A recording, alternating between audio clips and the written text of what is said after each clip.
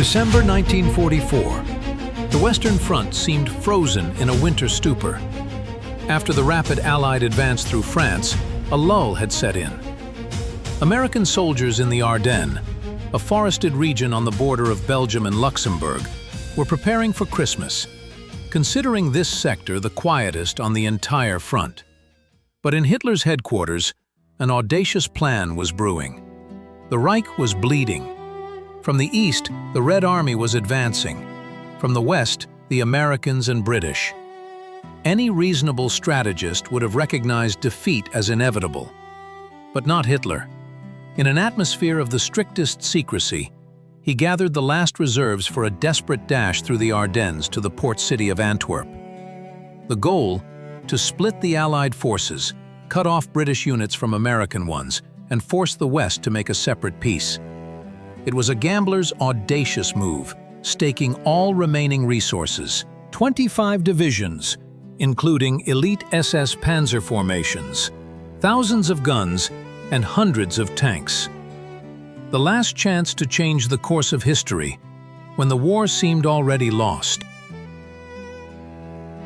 The Watch on the Rhine plan was born in September 1944 in the inflamed imagination of the Führer, when he summoned the High Command to his Wolf's Lair headquarters. It was then that Hitler first voiced an idea that made the generals inwardly shudder: to strike a powerful blow through the Ardennes forests, which were considered impassable. The plan was audacious to the point of recklessness. 3 armies, the 5th and 6th Panzer, as well as the 7th Field Army, were to break through the thin line of American defense and with a swift thrust, reach the Maas River within the first 2 days. Then, without stopping, German troops planned to reach Antwerp, a key Allied supply port, over the next 3 days. Hitler was obsessed with the idea of repeating the success of 1940, when German tanks unexpectedly broke through the same Ardennes and collapsed the Allied front. History repeats itself, he convinced the skeptical generals. The choice of the main direction of attack was not accidental. The Ardennes represented the least protected section of the Allied front. The American command considered this forested, hilly region with narrow roads unsuitable for a large-scale tank offensive, especially in winter. Here were located the least experienced divisions, resting after heavy fighting. The element of surprise was the cornerstone of the entire operation. Preparation was carried out under unprecedented secrecy. Radio silence, movements only at night, camouflage of equipment, disinformation. The Germans used their entire arsenal of means to conceal the concentration of forces. Even German soldiers were not told about the objectives of the operation until the last moment. Hitler demanded the impossible. The breakthrough had to be lightning fast, despite the winter conditions and the exhaustion of the Reich's resources. Success depended on seizing American fuel depots, so critical was the fuel situation. Field Marshal Gerd von Rundstedt and Field Marshal Walter Model, who were to lead the operation, proposed a more realistic plan with limited objectives. But Hitler was adamant. Quote, Antwerp was to fall, and the Allied armies were to be split. In case of success, Hitler counted on a political effect. The defeat of the Western Allies was to demonstrate Germany's strength and, possibly, lead to a separate peace in the West, in order to concentrate all forces against the advancing Red Army. It was a desperate gambler's gamble, staking his last reserves on a single roll of the dice. But even in this gamble, a strategic calculation was discernible. If the Allies could be divided, the outcome of the war could change. By December 1944, the Third Reich had amassed a truly formidable force for its final blow. On a narrow sector of the front in the Ardennes, the Germans concentrated 24 divisions, 10 of which were armored. Elite SS units, the Leibstandarte Adolf Hitler, Das Reich, and Hitlerjugend Panzer divisions, formed the spearhead of the offensive. In total, approximately 250,000 soldiers, 1,400 tanks and assault guns, 2,000 artillery pieces, everything that exhausted Germany could still muster. The German command placed particular reliance on the new, heavy King Tiger tanks. These 70-ton steel giants, with their 180mm thick frontal armor, seemed invulnerable to American anti-tank weaponry. However, their numbers were limited. Only a few dozen vehicles managed to be deployed for the breakthrough. Opposite this formidable force stood only 5 American divisions, stretched across a front nearly 100 kilometers long. 130,000 men against 250,000, 800 tanks against 1,400. The correlation of forces was clearly in favor of the Germans. The positions of the 28th and 106th American divisions were particularly vulnerable.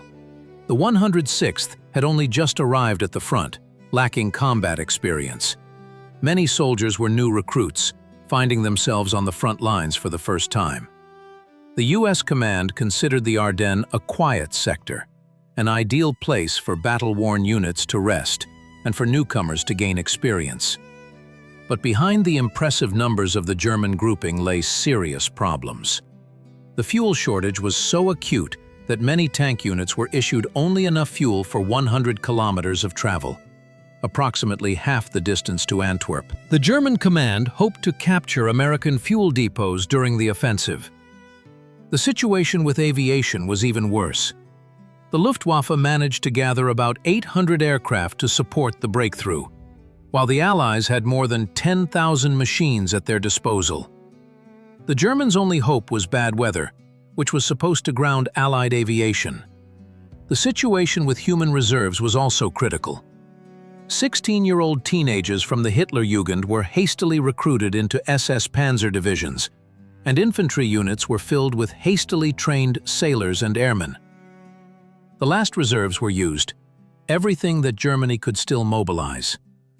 Under these circumstances, the German command relied on surprise and the concentration of forces on a narrow breakthrough sector. The Ardennes, with its forested terrain and limited road network, seemed impassable for tanks. That is why the Americans kept minimal forces here, and it was precisely here that Hitler decided to strike his last blow. It was an all-in gamble, the last reserves of the Third Reich against the overconfidence of the American command.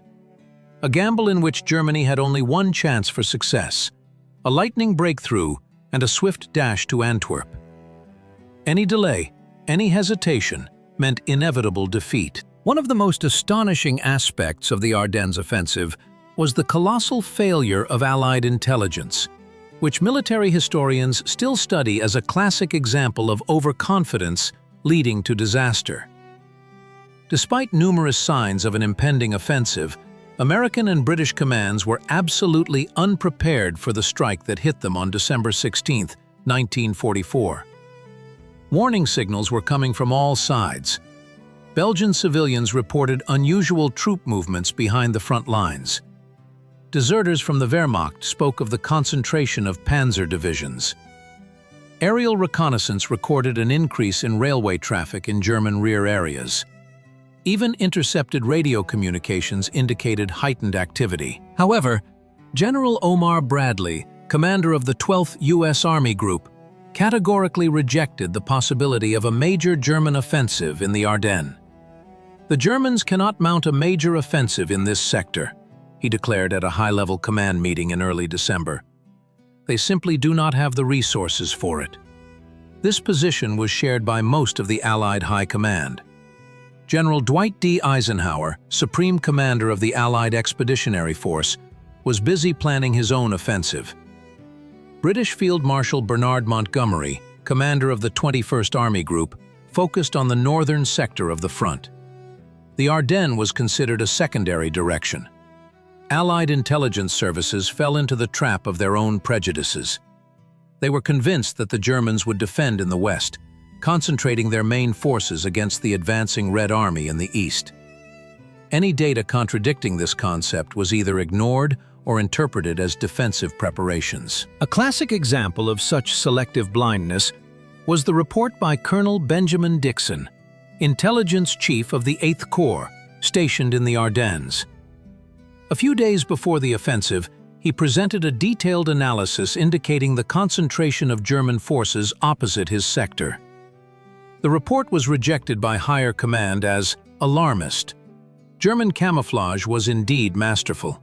Troop movements occurred exclusively at night. Tanks and artillery were carefully hidden in the forests. Radio silence was strictly observed. But even so, the complete lack of vigilance on the part of the Allies is striking. General Bradley was so confident in the impossibility of a German offensive in the Ardennes that he placed his headquarters in Luxembourg, 120 kilometers from the front. When the offensive began, he found himself effectively cut off from his troops. The overconfidence of the American command also spread to the troops on the front line. The Ardennes was considered a quiet sector, where new divisions gained combat experience and battle-weary units rested. No one expected that it was here that Germany would commit its last reserves. When, at dawn on December 16, 1944, 2,000 German guns opened fire on American positions. It came as an absolute surprise to most soldiers and officers. The subsequent breakthrough of SS Panzer divisions through the seemingly impassable Ardennes forests plunged the American command into shock. As General Bradley later put it, this was not merely a tactical surprise, it was a strategic shock.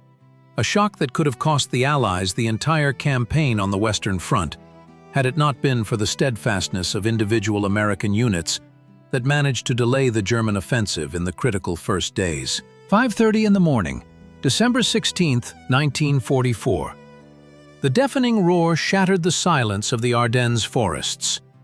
2,000 German cannons simultaneously opened fire on American positions.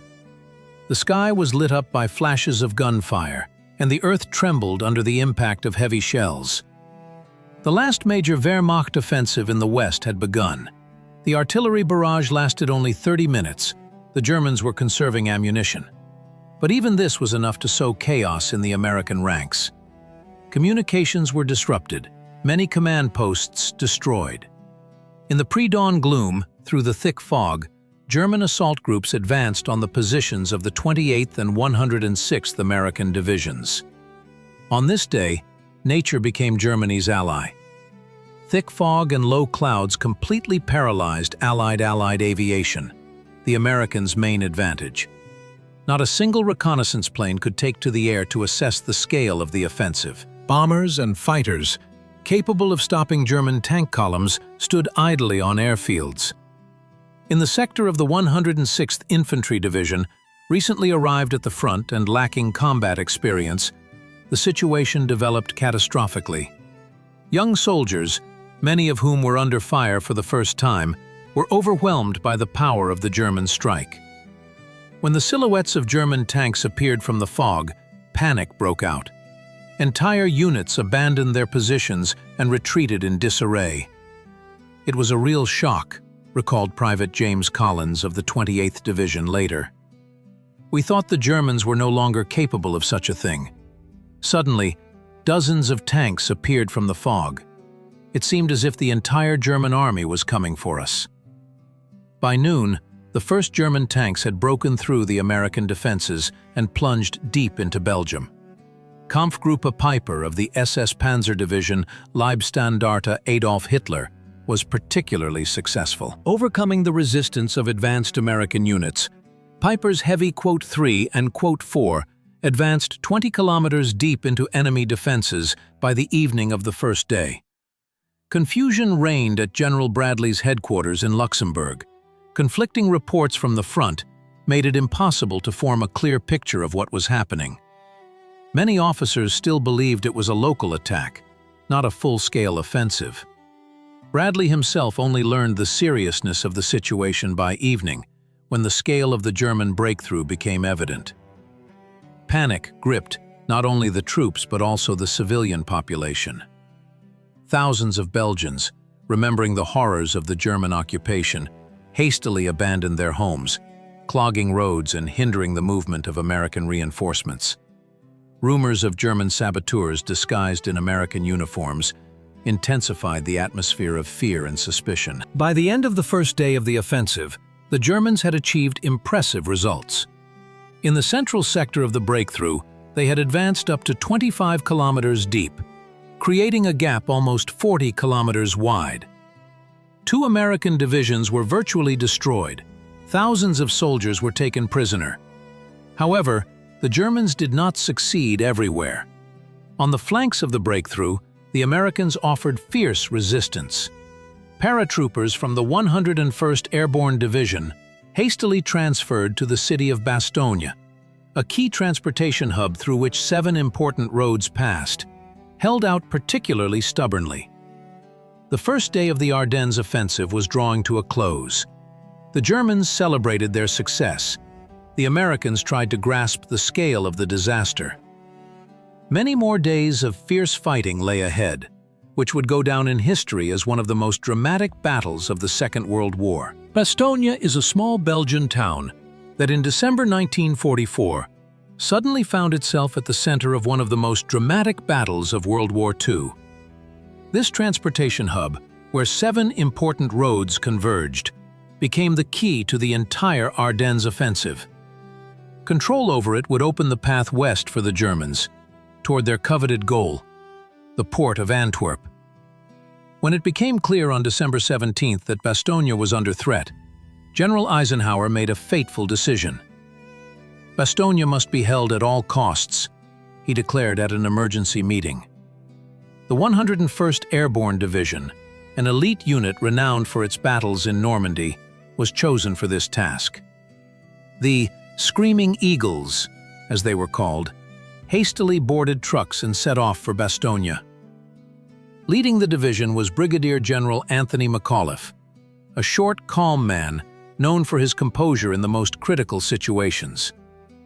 When his soldiers took up defensive positions around Bastogne, the situation seemed almost hopeless. 11,000 Americans against 5 German divisions, which had encircled the town in a tight ring, without sufficient supplies of ammunition, fuel, medical supplies, and with a limited number of anti-tank weapons.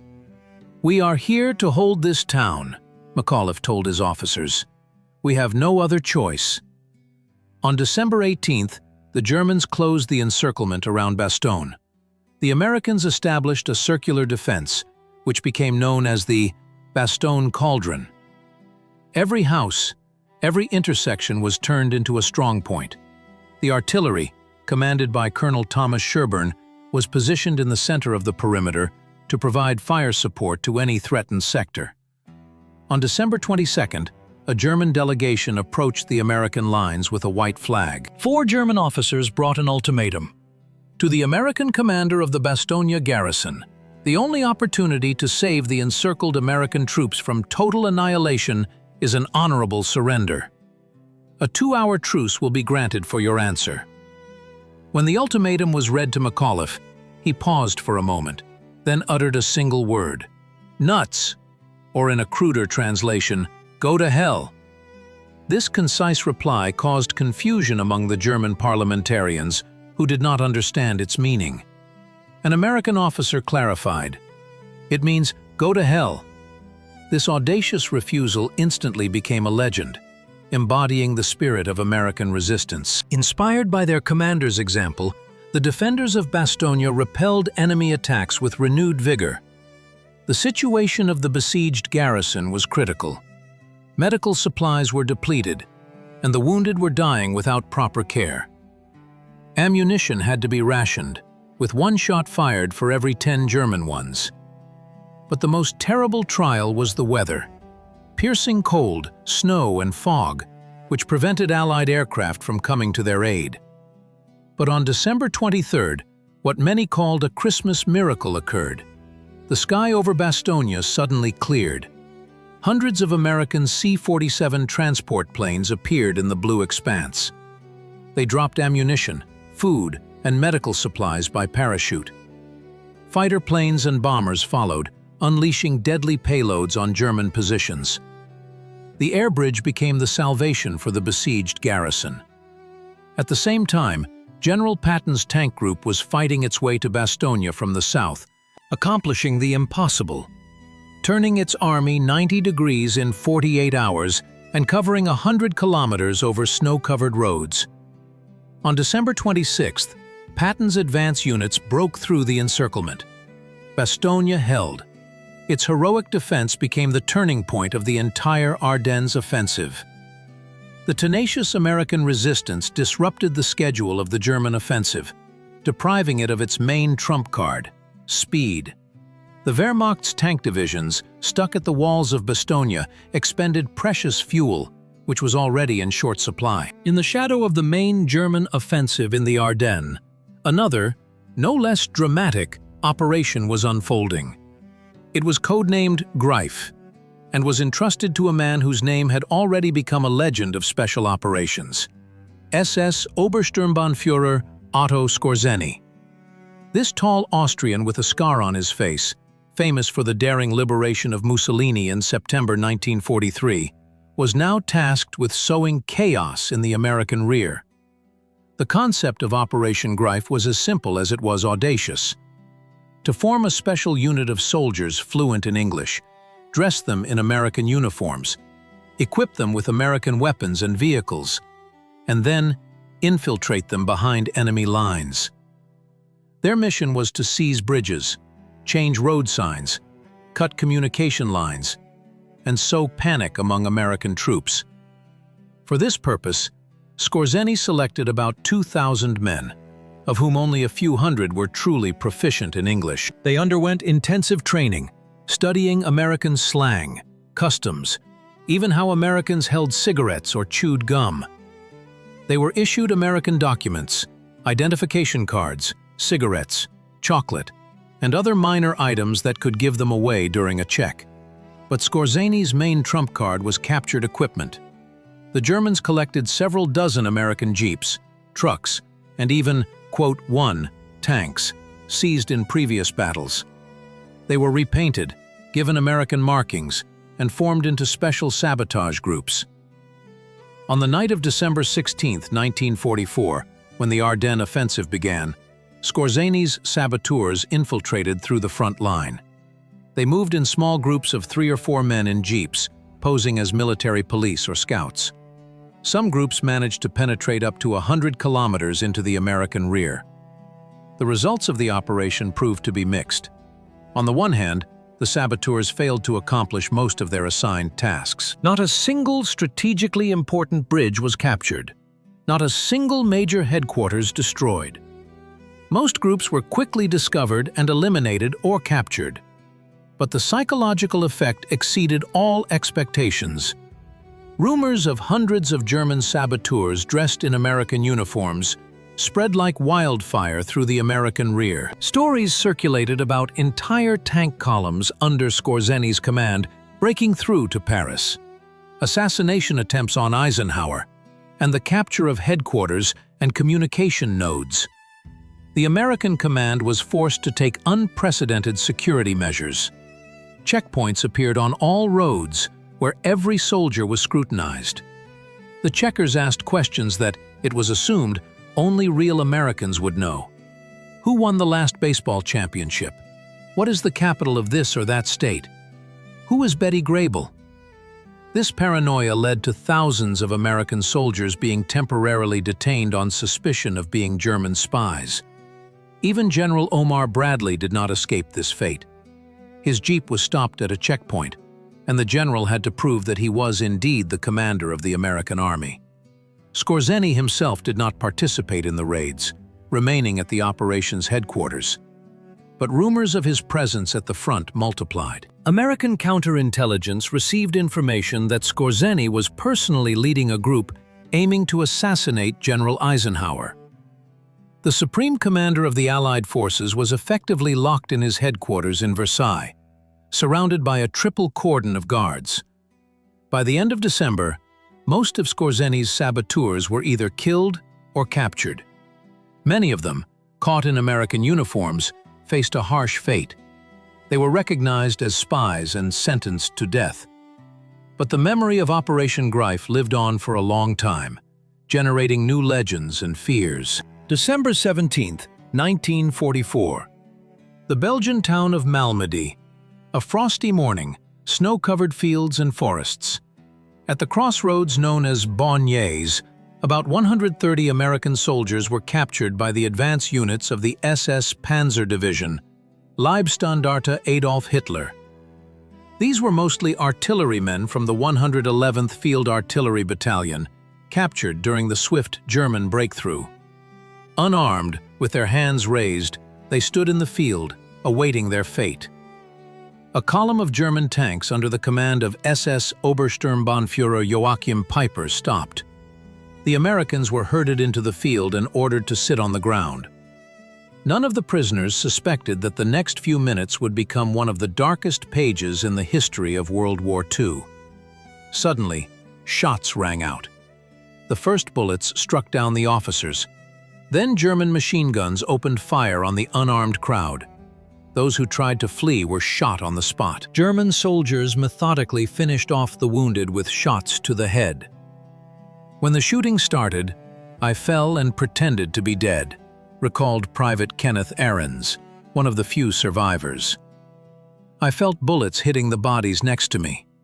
The blood of other soldiers ran through the snow and froze on my clothes. Of the 130 Americans, only 43 remained alive. Some managed to feign death, others managed to escape into the nearby forest, taking advantage of the chaos. Most, however, perished in this senseless massacre. News of the Malmedy massacre spread like wildfire through American units. The reaction was immediate and furious. If before this, many American soldiers had viewed the war with some detachment, it now became deeply personal. After Malmedy, we stopped taking prisoners, confessed Sergeant Frank Higgins of the 4th Infantry Division later. Especially if they were from the SS. We knew what they had done to our boys. The U.S. command officially condemned such treatment of prisoners, but in practice turned a blind eye to instances of vigilante justice. The Ardennes offensive, already fierce, became even more merciless. The Americans fought with unprecedented tenacity, understanding that captivity could mean death. After the war, in 1946, the famous Malmedy massacre trial took place. 74 officers and soldiers from the Leibstandarte Division, including Joachim Peiper himself, stood in the dock. 43 of them were sentenced to death, the rest to long prison terms. However, not a single death sentence was ever carried out. In the context of the nascent Cold War, West Germany was assigned the role of an important ally against the Soviet threat. Under pressure from the German public and some American politicians, the sentences were reviewed. By 1956, all those convicted in the Malmedy case were released. Joachim Peiper, the main accused, worked for the Porsche Automobile Company after his release, then moved to France. In 1976, his house was set on fire by unknown persons, and Peiper's burnt body was found in the ruins. It is presumed that this was revenge by former members of the French resistance, although officially the case remained unsolved. Today, a modest memorial stands at the site of the tragedy near Malmedy. Every December, memorial ceremonies are held here for the fallen. The Malmedy massacre remains one of the most infamous war crimes on the Western Front, and a reminder that even in the Gentlemen's War between the Western Allies and the Germans, acts of monstrous cruelty occurred. December 23, 1944, became a turning point in the Battle of the Bulge. After a week of heavy fighting, the surrounded garrison of Bastogne was in a critical situation. Ammunition supplies were dwindling, medical supplies were catastrophically scarce, and hundreds of wounded needed urgent evacuation. But on this day, something happened that many American soldiers later called a Christmas miracle. The sky over the Ardennes suddenly cleared. For the first time since the start of the German offensive, the thick clouds dispersed, and the long-awaited silhouettes of C-47 transport planes appeared in the blue expanse. The air supply operation, prepared in advance, could finally begin. More than 200 transports, escorted by fighters, headed towards Bastogne, carrying vital cargo. When we saw those planes, many of us couldn't hold back tears. Captain Joseph Pangel of the 101st Airborne Division later recalled. It was like a helping hand from heaven. Containers with ammunition, food, warm clothing, and, most importantly, medical supplies descended by parachute to the besieged garrison. Over 140 tons of cargo were dropped in a single day. Some containers landed in German territory, but most reached American positions. Simultaneously with the start of the airlift, the entire situation on the battlefield changed. The clear sky allowed Allied aircraft to unleash their full power on German columns. Hundreds of fighter bombers attacked enemy tanks, vehicles, and infantry concentrations. German units, which had previously moved freely along the roads, were now forced to hide in the forests, advancing only at night and on dirt roads. "It was a real massacre," wrote Oberleutnant Wilhelm Kramer of the Das Reich Panzer Division in his diary. "American fighters literally hunted every vehicle. We lost more equipment to their attacks than in battles with ground units." While the airlift was saving Bastogne, units of the 3rd American Army under the command of General George Patton were rapidly advancing towards the city from the south. As early as December 19th, when the scale of the German offensive became apparent, Eisenhower, at an emergency meeting in Verdun, asked Patton how quickly he could move his divisions north to the Ardennes. 48 hours, Patton replied without hesitation, although the task seemed impossible. It required turning an entire army, fighting in a completely different direction, 90 degrees, and moving it over snow-covered roads for more than 100 kilometers.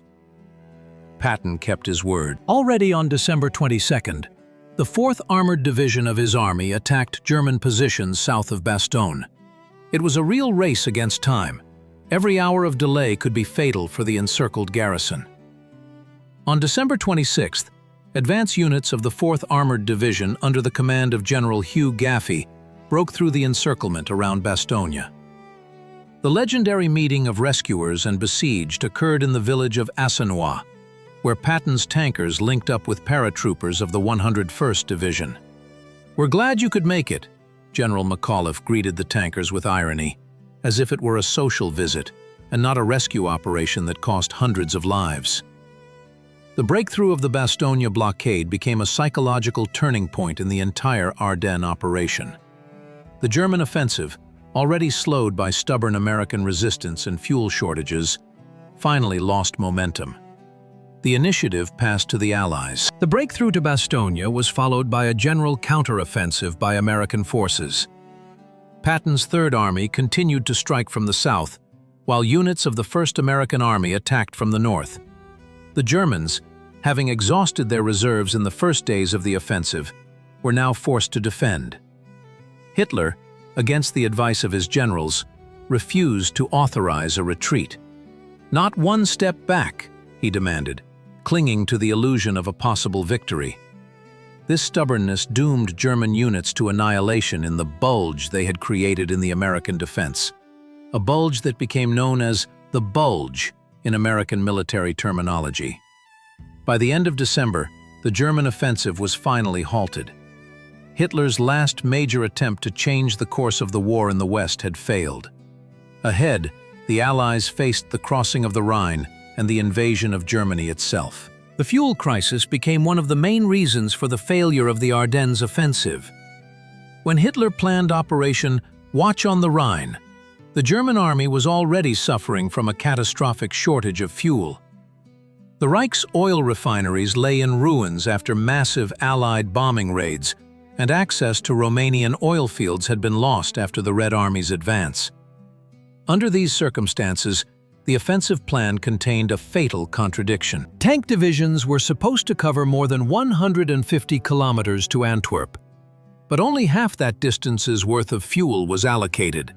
The Wehrmacht command was counting on capturing American fuel depots during the offensive.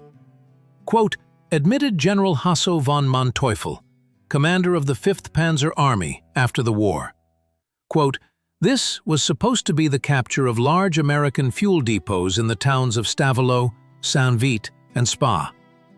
Particular hopes were placed on Kampfgruppe Peiper, which was tasked with a deep raid to seize depots in the Liège area. The first days of the offensive seemed to justify these hopes. The Germans managed to capture several small American refueling points. However, the Americans quickly realized the enemy's strategy. By order of General Hodges, the methodical destruction of all fuel reserves that could fall into enemy hands began.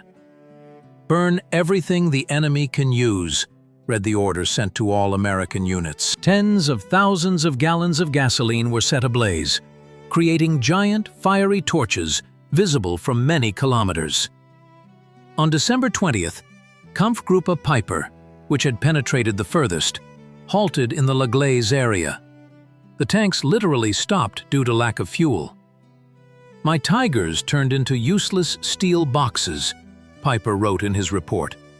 "Without fuel, we can neither advance nor maneuver in combat."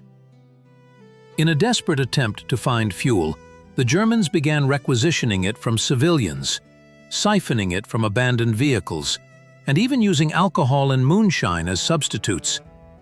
But these measures were insufficient to maintain the pace of the offensive. Local commanders showed miracles of ingenuity. In some tank units, fuel was redistributed, concentrating it in a few vehicles so that at least some of the equipment could continue moving. Others used captured American jeeps for reconnaissance, conserving fuel for the tanks. However, by December 23rd, the fuel crisis reached a critical point. Many tank units reported a complete lack of fuel. The pace of the offensive, initially 20 to 30 kilometers per day, slowed to 5 to 7. The loss of speed meant the loss of the main advantage, the element of surprise. Simultaneously, the clearing weather allowed Allied aircraft to launch massive attacks on German supply columns. Fuel tankers attempting to deliver fuel to the front lines became priority targets for American fighter bombers.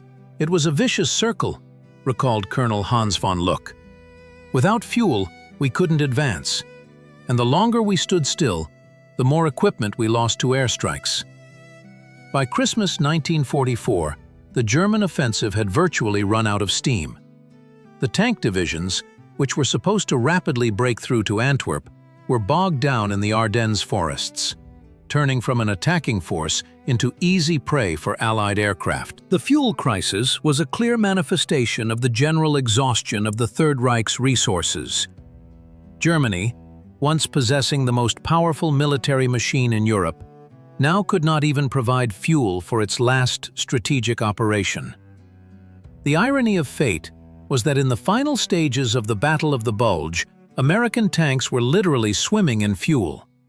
The Allied supply system operated with such a surplus that there was even enough gasoline to heat tents.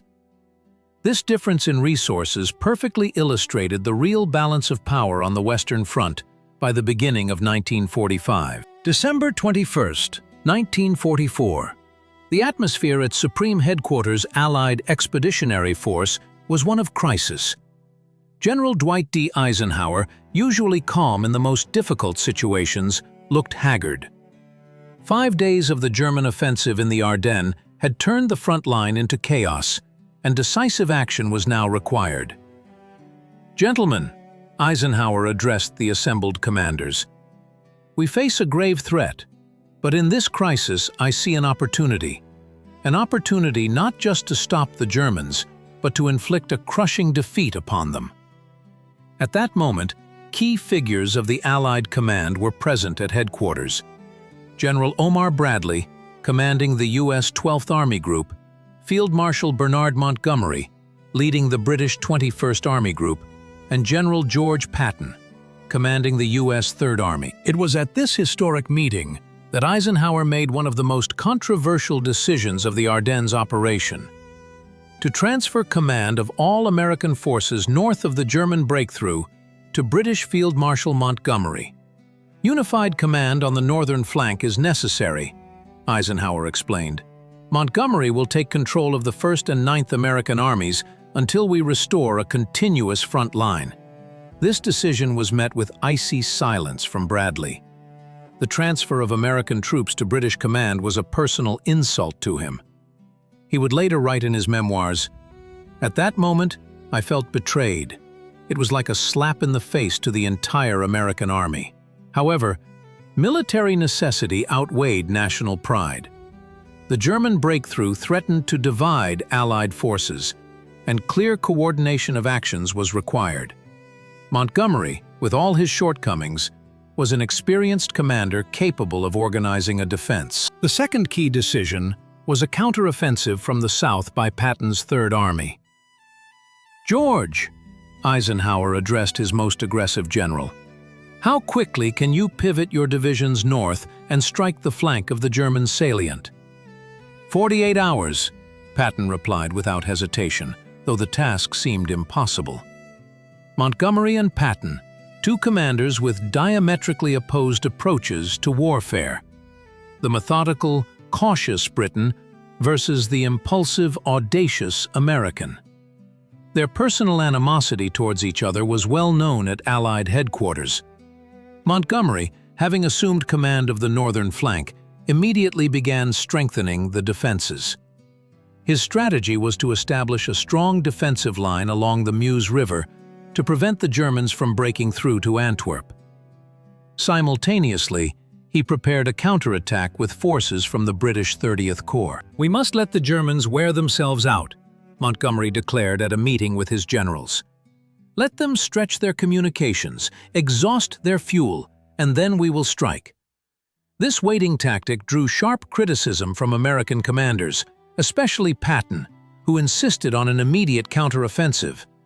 "While Monty plans, the Germans seize territory," he remarked acidly. Patton kept his promise. In an incredibly short time, he pivoted his army 90 degrees, and on December 22nd, he struck the southern flank of the German salient. The 4th Armored Division rushed towards the besieged Bastogne, where paratroopers of the 101st Airborne Division held out heroically. Eisenhower found himself in the difficult position of mediator between his two ambitious subordinates. At a press conference on December 27th, he diplomatically praised both. Montgomery masterfully organized the defense of the northern flank, and Patton's swift maneuver will go down in the textbooks of military art. Behind the scenes, however, tensions mounted. Montgomery, never known for his modesty, gave a press conference at which he virtually credited himself with saving the entire situation in the Ardennes. "I took control of the situation," he told reporters.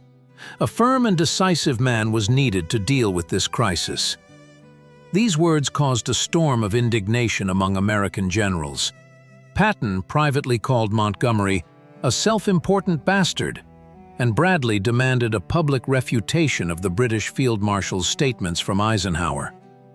Despite these frictions, Eisenhower's strategy worked.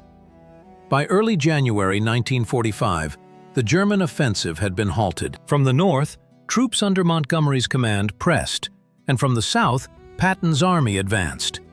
The German salient in the American defense turned into a trap for the Wehrmacht. By the end of December 1944, the German offensive in the Ardennes reached its culmination.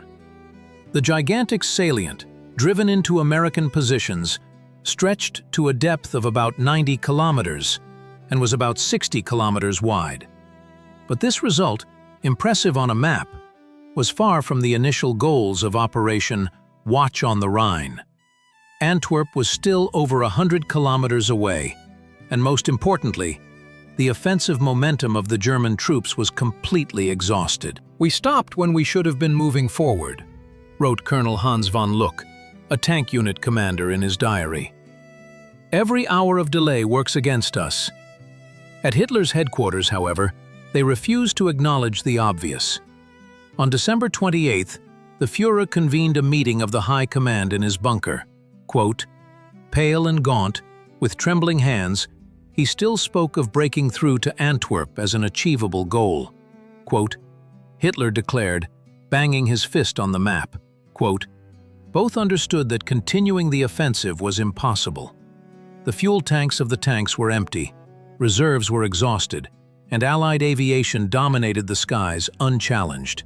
Quote, Rundstedt began cautiously. Quote, "Hitler exploded." Quote, he screamed, quote, "This order doomed the German troops, who had advanced deep into enemy territory to annihilation. From the north and south, American and British units were already beginning to close the pincers around the salient. On January 1, 1945, Hitler made a last attempt to turn the tide. Operation *10. A massive Luftwaffe strike on Allied airfields was supposed to deprive the enemy of air superiority. Over 900 German aircraft took to the air for a surprise attack. The results were mixed. The Germans managed to destroy about 300 Allied aircraft on the ground, but their own losses amounted to over 300 machines, and, more importantly, about 200 experienced pilots, the last reserve of the Luftwaffe. Allied air superiority was temporarily shaken, but not eliminated. At the same time, a decisive Allied counteroffensive began on the ground. From the north, forces under Montgomery advanced. From the south, Patton's army. On January 3rd, they launched a general offensive along the entire perimeter of the salient. "We are clenching our fist around the Germans," Patton figuratively expressed at a meeting with officers. "And when we unclench it, there will be nothing left of the enemy but a wet spot." German units resisted desperately, but without fuel, without air support, without reserves, their situation became hopeless. Some units began to retreat without orders, understanding that the alternative was complete encirclement and annihilation. On January 8th, Hitler finally acknowledged the inevitable and sanctioned the withdrawal from the salient. But it was already too late. Many units found themselves surrounded. Only at the cost of enormous losses did the Germans manage to withdraw some of their forces. By January 16, 1945, exactly 1 month after the start of the offensive, the front line in the Ardennes had returned to its original position. The last major offensive operation of the Wehrmacht in the West ended in complete failure. The cost of this failure for Germany was exorbitantly high. Over 100,000 killed, wounded, and missing, about 800 tanks and assault guns, the last reserves of fuel and ammunition. All were wasted. The strategic initiative finally passed to the Allies. The Ardennes offensive was the last convulsive twitch of a dying beast, Eisenhower wrote in his memoirs. After it, Germany could do nothing but conduct defensive actions. For the Americans, the Battle of the Ardennes, despite initial setbacks, became a source of national pride. The young army, facing the most severe test, did not break, but endured and triumphed. The heroic defense of Bastogne, which became a symbol of American resilience, was especially celebrated. The path to the Rhine was now open. The next target for the Allies was Germany itself. January 1, 1945. The new year began for Germany with a desperate attempt to turn the tide of the Ardennes offensive. In the pre-dawn darkness, on airfields in occupied Belgium and Holland, hundreds of German pilots received final instructions before takeoff. Operation Bodenplatte, the Luftwaffe's last ace in the hole, was going into effect. Quote, announced Colonel General Alfred Jodl at a briefing for squadron commanders. The plan of the operation was simple and audacious. A sudden, massive attack on Allied airfields with the aim of destroying their aircraft on the ground. Planning for, quote, was conducted in an atmosphere of strict secrecy. Even German anti-aircraft crews were not warned of the impending mass sortie of their aircraft. This precautionary measure, intended to ensure surprise, would later turn into a tragic miscalculation. 800 German fighters took to the air early in the morning.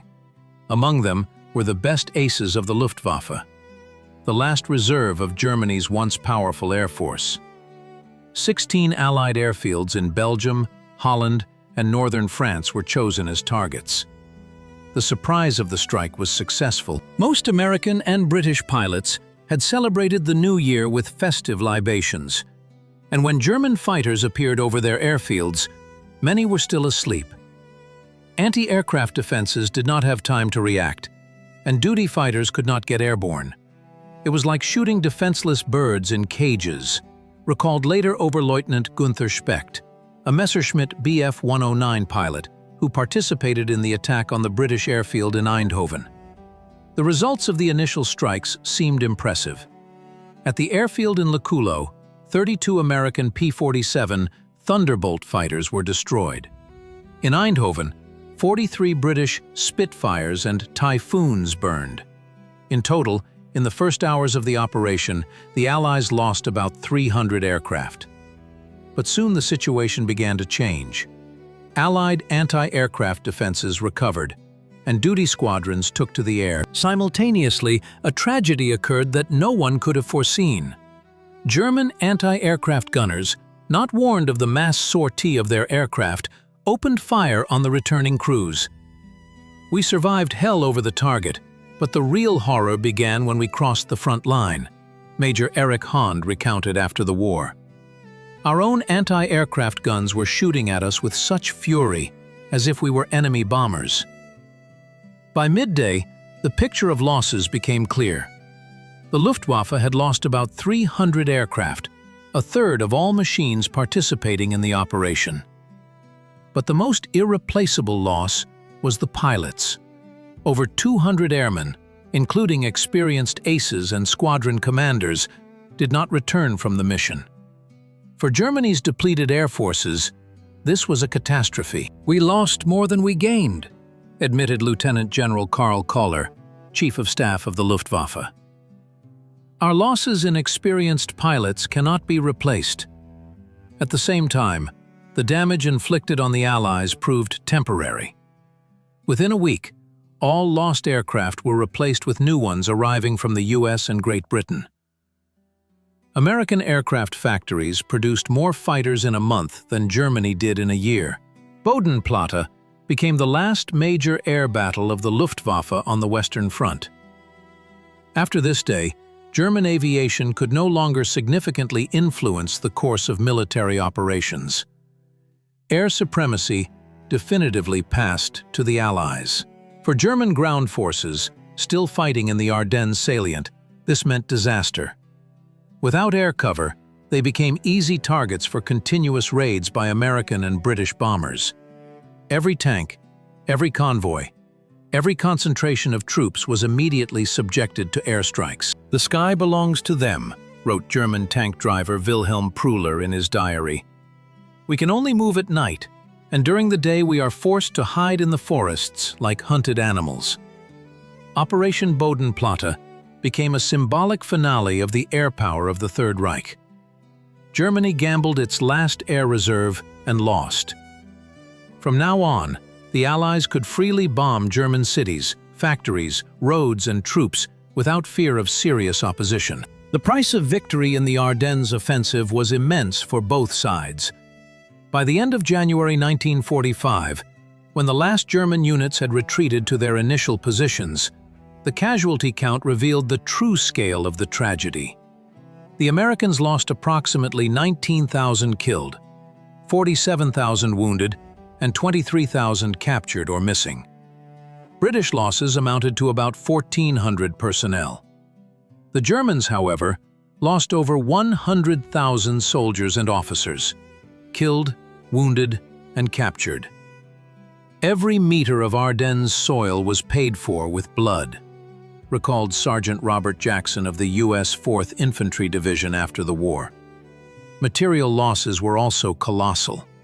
The Americans lost about 800 tanks and self-propelled guns, the Germans over 1,000. But behind the dry statistics lie personal tragedies and feats of ordinary people. Private Francis Curry of the 101st Airborne Division single-handedly stopped the advance of a German tank column near Bastogne. Armed only with a bazooka, he knocked out 3 tanks, and when he ran out of shells, he used a machine gun from a knocked-out German tank against the advancing infantry. "I wasn't thinking about heroism," Curry, who received the Medal of Honor for his bravery, later admitted. "I just knew that if they broke through, many of my comrades would die." On the German side, Lieutenant Werner Potthast of the Hitlerjugend Panzer Division distinguished himself with similar heroism. When his tank was hit and its crew killed, a severely wounded Potthast single-handedly held his position for 2 days, covering his unit's retreat. When the Americans found him, he was unconscious from blood loss, but still clutched a machine gun in his hands. The Ardennes offensive was a brutal test not only for soldiers, but also for the civilian population of Belgium and Luxembourg. Thousands of civilians were forced to flee the fighting in the midst of a harsh winter. Many villages were completely destroyed during the battles. When we returned, all that was left of our house was the chimney and part of a wall, said Maria Dupont from the Belgian village of Houffalize. All our possessions, accumulated over a lifetime, were gone. But we were happy just to be alive. For the American army, the Battle of the Ardennes became a psychological turning point. If, before December 1944, many American soldiers believed the war was practically won, the brutal fighting in the snow-covered Ardennes forests showed that Germany was still capable of delivering powerful blows. After the Ardennes, we became a different army, noted General Maxwell Taylor. Tougher, more experienced, more cautious. We understood that the road to Berlin would be long and bloody. This experience proved invaluable in the following months when American troops entered German territory. Divisions hardened in the Ardennes acted more confidently, coordinated infantry, tank, and air operations more effectively, and coped better with surprises. The experience of interacting with aviation proved especially important. During the Ardennes offensive, a system of close air support for ground troops was developed, where forward air controllers adjusted strikes from the ground. This tactic significantly increased the effectiveness of airstrikes and minimized friendly fire incidents. For the German army, the consequences of the defeat in the Ardennes were catastrophic. The last reserves of the Reich, elite SS Panzer divisions, experienced crews, precious fuel, all were squandered. After January 1945, Germany could no longer conduct major offensive operations on either the Western or Eastern Front. "We threw everything we had into the fight," said General Hasso von Manteuffel, who commanded the 5th Panzer Army after the war. "And when we lost, we had nothing left." The Battle of the Ardennes changed not only the course of the war but also the destinies of many of its participants. For some, it was the last trial before a long-awaited return home. For others, the last days of their lives. But for all who went through this hell of snow-covered forests, January frosts, and fierce battles, it remained in memory as one of the toughest trials of World War II. The Battle of the Bulge, which concluded in January 1945, was the last major offensive operation by Nazi Germany on the Western Front. Its historical significance extends far beyond a mere military episode. It was the final clash that ultimately predetermined the fate of the Third Reich. After the failure of the offensive, Hitler lost his last strategic reserves.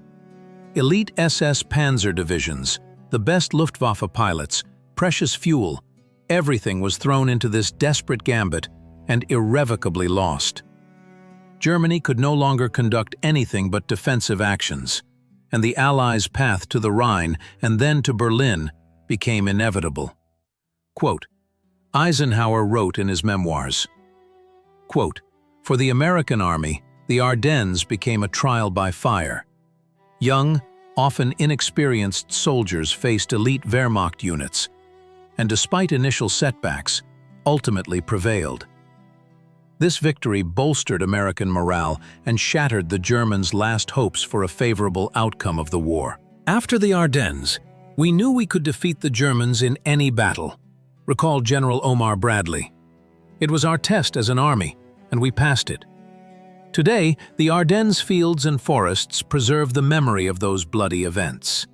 Dozens of memorials and museums are scattered across Belgium and Luxembourg. In Bastogne, a majestic monument in the shape of a 5-pointed star stands tall, a symbol of American resilience and heroism. Every year, thousands of tourists visit these places to pay tribute to the fallen. One of the most famous museums is the Bastogne War Museum, where visitors can see authentic wartime equipment, soldiers' personal belongings, documents, and photographs. The diorama, recreating key moments of the battle for the city, is particularly popular. In La Glaise, where Piper's battle group was halted, there is the December 1944 Museum, which tells the tragic events associated with the Malmedy massacre. Here, you can also see an authentic German King Tiger tank, frozen as a silent witness to those events. The Battle of the Bulge also left a deep mark on military science. Analysis of the operation revealed several important lessons that were subsequently incorporated into the military doctrines of many countries. The first lesson concerned intelligence. The colossal failure of American intelligence, which could not recognize the preparations for a major German offensive, led to a revision of methods for collecting and analyzing information. After the war, the U.S. Army established a system of red teams, independent analytical groups whose task was to challenge established views and seek alternative interpretations of intelligence data. The second lesson was related to the flexibility of command.